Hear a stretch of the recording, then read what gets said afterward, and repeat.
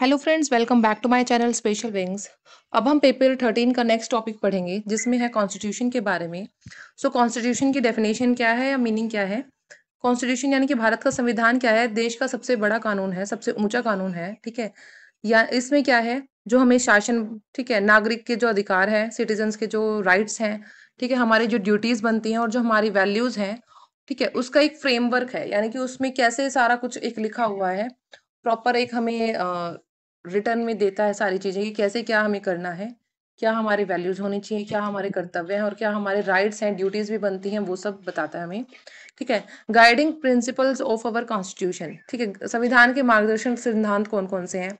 तो सबसे पहले न्याय यानी कि जस्टिस, ठीक है, इक्वल ट्रीटमेंट अंडर लॉ, यानी कि बराबर हर व्यक्ति को जो है कानून के सामने बराबर माना जाएगा, कोई मिनिस्टर नहीं होगा, कोई जज नहीं होगा वहां पे, ठीक है। अगर कोई क्रिमिनल है तो वहां पे जज लॉ के सामने, जो जज के सामने, जस्टिस के सामने क्या होगा, जस्टिस सबके साथ होगा।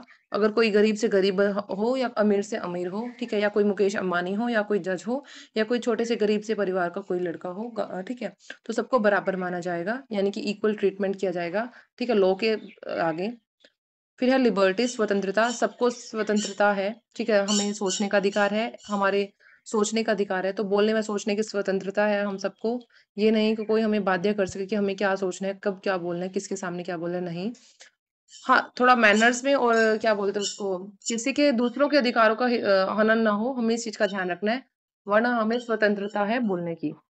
इक्वालिटी, कोई डिस्क्रिमिनेशन नहीं होगा, सबको समान रखा जाएगा, किसी के साथ कोई डिस्क्रिमिनेशन नहीं किया जाएगा, ना कोई धर्म के ऊपर, ना कोई जेंडर के ऊपर, ठीक है। नेक्स्ट इज फ्रैटर्निटी, ठीक है, बंधुत्व यानी कि ब्रदरहुड अमंग सिटीजन, सभी जो नागरिक हैं वो यूनिटी के साथ रहेंगे और भाईचारे के साथ रहेंगे।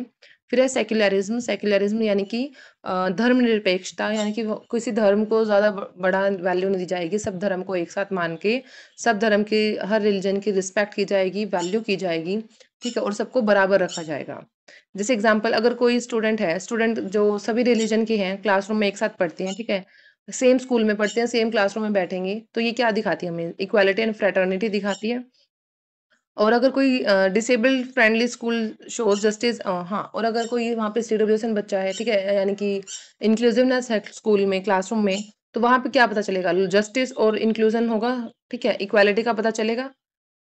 फिर है प्रोटेक्शन ऑफ एनवायरनमेंट, एनवायरनमेंट की प्रोटेक्शन के बारे में है कि हम जो प्रोटेक्शन का मतलब क्या है, कि जो हम हवा है, ठीक है, पानी है, धरती, भूमि, और जो फॉरेस्ट है, एनिमल्स हैं, प्लांट्स हैं, तो इन सब की जो रक्षा करना, ताकि जो फ्यूचर में जो फ्यूचर के जो जनरेशन्स होंगी, ठीक है, वो उनको और ज्यादा सुरक्षित रख सके। जैसे कि अगर हम आज के टाइम पे, अगर हमें जैसे ये मान लीजिए सस्टेनेबल डेवलपमेंट, ये जो टर्म आई है, ये इसी वजह से आई है क्योंकि हम क्या है, अंधाधुंध रिसोर्सेज का यूज करने लग गए हैं, ठीक है, कोई ये नहीं देखता, देखने लगे थे कि ओजोन लेयर डिप्लीशन हो रहा है, ठीक है, ओजोन जो लेयर है उसमें छेद हो चुका था, और हम जो है क्या बोलते हैं, अंधाधुंध फॉरेस्ट को, जंगलों को काट के अपने जो बिल्डिंग्स एंड सेटअप्स कर रहे थे, ठीक है। तो इससे क्या हुआ, देखा गया कि ओजोन में होल हो गया है, लैंड डिप्लीशन होने लग गया है, ठीक है, सॉइल इरोजन होने लग गया है, फॉरेस्ट नहीं रहे हैं, फॉरेस्ट इरोजन हो गया है। और तो इसकी वजह से क्या हुआ कि हमें लगा कि नेक्स्ट कुछ टाइम में हमारे जो फ्यूचर जनरेशन होंगी, वो वो उस चीज को भुगतेंगी, ठीक है, और जो हमारा जो नेचर है वो उससे प्रभावित हो रहा है। तो प्रोटेक्शन ऑफ एनवायरनमेंट में क्या है कि अपने एनवायरनमेंट को बचाना, ठीक है, वायु को कैसे बचा सकते हैं हम, वायु प्रदूषण कम करके, ठीक है, भूमि को कैसे बचा सकते हैं, भूमि प्रदूषण कम हो करके, और जैसे केमिकल्स, भूमि प्रदूषण में आगे केमिकल्स का यूज करना, ठीक है, या फिर पेड़ काट देना तो उससे सॉइल इरोजन हो जाती है। और वायु का आ गया पॉल्यूशंस कम करके, जो हम जैसे गाड़ी वाड़ी का करते हैं, ठीक है, धुआं आग न जलाकर वो सब करके। कॉन्स्टिट्यूशनल प्रोविजंस, अब क्या क्या संवैधानिक प्रावधान है एनवायरनमेंट को बचाने के लिए। फर्स्ट इज आर्टिकल 48A, जिसमें कि हर राज्य का कर्तव्य बताया गया है कि पर्यावरण की रक्षा करना। फिर आर्टिकल 51G है, जिसमें क्या है, हर सिटीजन को अपना फॉरेस्ट, रिवर और एनिमल्स बचाना है, इसके लिए प्रावधान दिया गया है आर्टिकल 51G में। आर्टिकल 21 बहुत ज्यादा इंपॉर्टेंट है, इसमें है कि जीवन का अधिकार है, ठीक है, स्वच्छ पर्यावरण में जीवन का अधिकार सभी को शामिल है। So article 21 is very important, इसको आप याद कर लीजिए।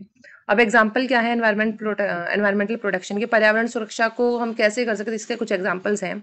फर्स्ट है कि स्टूडेंट्स को हम क्लासरूम में प्लांटिंग करना सिखाएँ, सॉरी स्कूल में प्लांटिंग करना सिखाएँ। बच्चों को अगर स्कूल में ही हम ये हैबिट डाल देते हैं, बचपन से ही हम बच्चों को ये प्राइमरी लेवल पे, प्री प्राइमरी लेवल पे हम बच्चों को प्लांट्स के बारे में सेंसिटाइज़ कर दें और उनको प्लांटिंग सिखा दें, तो उससे क्या होगा, ग्रीनरी प्रमोशन होगी, बच्चे जो है ग्रीनरी के प्रति प्रभावित होंगे।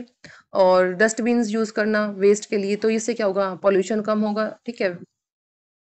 और अगर हम saving water in daily use, अगर हम पानी को जो डेली लाइफ में डेली यूज में यूज करके हम पानी को बचाएं, तो उससे क्या होगा, पॉल्यूशन कम होगा। वेस्ट अगर हम सॉरी सॉरी सॉरी अगर हम पानी को सेव करते हैं डेली टाइम में, डेली लाइफ में, तो उससे क्या होगा, नेचुरल रिसोर्सेज को कंजर्व करना बच्चा सीख जाएगा। जैसे कि अगर हम बच्चे को छोटे लेवल पे स्कूल में सिखा दें कि बच्चा, अगर पानी तुम्हारी बोतल का स्कूल में, अगर तुम घर जा रहे हो, ठीक है, अब तुम घर जाके ये बोतल में से पानी नहीं पियोगे, अगर तुम इसको फेंकते हो तो इससे अच्छा आप कहाँ फेंको इसको, इसको या तो फेंकना ही नहीं, इसको आप पी लो। अगर नहीं पीते हो तो आप इसको ग्राउंड में डालिए, मिट्टी में डालिए, पौधों को डालिए, ऐसे सिंक में नहीं डालें या फिर ड्रेनेज में नहीं डालें जो सीवरेज में जाता है। तो पानी क्या होगा, इससे मिट्टी में जाएगा तो जमीन में ही जाएगा और अच्छा पानी है ना।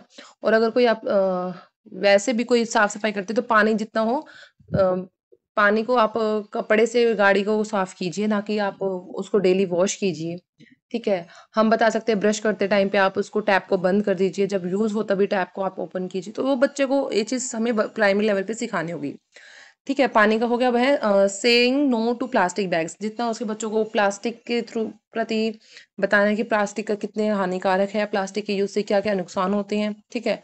तो उससे बच्चे में क्या है, इको फ्रेंडली बिहेवियर आएगा, ठीक है। इको यानी कि इकोसिस्टम फ्रेंडली होगा, वह बिहेवियर बच्चा सीख जाएगा। कॉन्क्लूजन यही है कि हमारा जो कॉन्स्टिट्यूशन है वो हमें इक्वल राइट्स देता है, ड्यूटीज देता है सबके लिए, ठीक है। जिसमें सीडब्ल्यूएस बच्चे भी होंगे, ठीक है। हियरिंग इम्पेयरमेंट, जैसे आप एचआई का कोर्स करते हो, एचआई के स्टूडेंट्स आ गए हैं इसमें, वरना सभी सीडब्ल्यूएस बच्चे भी इंक्लूड होते हैं, ठीक है। ये हमें बताते हैं कि कैसे हमें एनवायरनमेंट बचा सकते हैं हम एक अच्छे और हेल्दी लाइफ के लिए, ठीक है। इन वैल्यूज को फॉलो करके हम क्या है, हम एक इंक्लूसिवनेस की तरफ जाते हैं, ठीक है। एक अच्छी सोसाइटी की तरफ हम जाते हैं और हमें ये न्याय भी सिखाता है। अब नेक्स्ट टॉपिक है 21st सेंचुरी एम्प्लॉयबिलिटी स्किल्स, ये आपको मैं नेक्स्ट वीडियो में सिखाऊंगी।